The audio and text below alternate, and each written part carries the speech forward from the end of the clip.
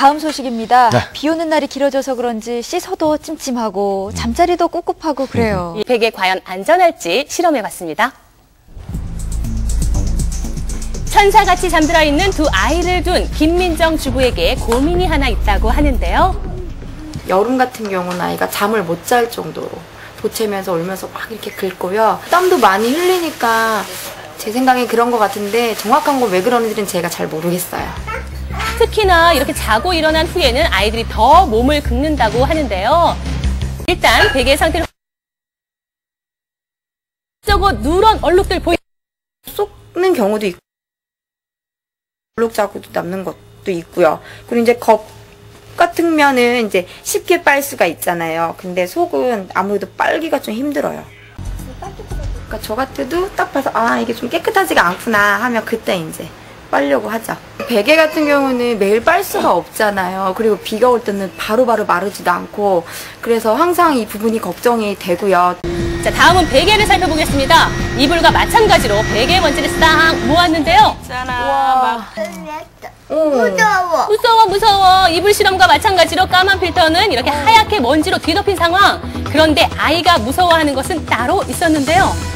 자, 궁금하시죠? 이 먼지 안에 숨겨진 비밀 지금 알려드리겠습니다. 먼지를 현미경으로 자세히 살펴봤는데요. 반짝거리는 이게 진먼지 진드기라고 보시면 돼요. 저걸 매일 얼굴에 대는 거 아니에요? 그렇죠. 진먼지 진드기 사체는요, 인체에 유해한 단백질 성분을 내뿜는데요. 이 성분이 아토피 등 피부염을 유발한다고 합니다. 독성 정도로 진먼지 진드기의 양을 확인할 수가 있습니다. 그 결과 진먼지 그렇다면 여름철 베개에는 진먼지 진드기만 살고 있을까요? 베개에서 나온 세균의 양은 대조군으로 실험한 변기에 비해서 18배 정도 많은 세균이 검출이 되었으며 이런. 핸드폰에 비해서는 100배 정도 많은 세균이 검출이 되었습니다. 이 밖에도요, 약 30여 종의 균들이 발견이 됐습니다. 이 균들에 노출될 경우 굉장히 위험해질 수도 있다고 하네요. 여적이 저하된 환자, 영유아, 노인에게서는 눈과진 같은 피부 감염증부터 시작해서 어르신 온몸에 베개는 진짜 자주 세균이 빨아야겠군요. 퍼지는 폐혈증까지도 발생할 수가 있겠습니다. 자, 그렇다면 베개에 세균이 자라게 되는 이유는 무엇일까요? 자, 취침 중에 베개가 더러워지는 정도를 확인해 보려고 하는데요. 자, 머리를 깨끗이 감고 난 후에 두 모녀의 두피 상태를 살펴봅니다.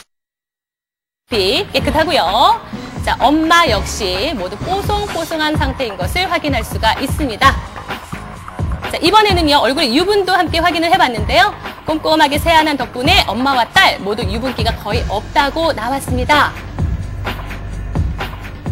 자, 그렇다면 커다란 기름종이를 베개에 붙이고 취침하는 동안 유분이 얼마나 나오는지를 확인해 보도록 하겠습니다.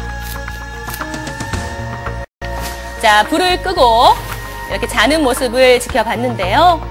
베개에는 머리카락뿐만 아니라요, 얼굴도 이렇게 직접 조금 닫고 이렇게 자는 모습을 볼 수가 있습니다. 자, 다음날 아침 과연 기름종이 상태는 어떨까 궁금한데요. 자, 기름종이 보여주십시오. 자, 먼저 딸 베개에 붙은 기름종이를 잘 살펴보니까요, 군데군데 얼룩진 부분 보이시죠? 요게 다 몸에서 나온 유분 자국들입니다. 다음은 우리 주부님 베개도 살펴볼까요? 가운데 유분 자국이 그냥 따님보다도 훨씬 더 진하게 남아있는 것을 볼 수가 있습니다. 자, 그렇다면 자고 난 뒤 주부님의 유분 수치 정도는 어느 정도인지 좀 더 자세히 확인을 해봤는데요. 전날과 비교해서 확실히 유분기가 늘어난 것을 볼 수가 있습니다. 에센스나 영양크림을 듬뿍 바르고 잘 때가 있습니다. 피부 보호를 위해서. 그럴 때는 더 많이 나왔을 것 같은 생각을 하니까 사실 더 끔찍하고요. 피부만 그러면 얼마나 좋을까요? 자, 이번에는 두피 상태도 체크를 해봤는데요. 머리카락 하나하나 유분기로 번들거리는 거 보이시죠? 자, 여름밤에는 더욱 번들거리는 유분기, 대체 왜 생기는 것일까요? 온도가 상승하고 습도가 높아지기 때문에 자기 체온을 유지하고 어떤 인체의 방어 기전으로 땀을 많이 흘리게 됩니다. 온도가 1도 상승함에 따라서 피지 분비는 대략 10% 정도 상승하기 때문에 평년 계절에 비해서는 땀의 분비나 피지의 분비가 굉장히 많아진다고 할 수 있습니다.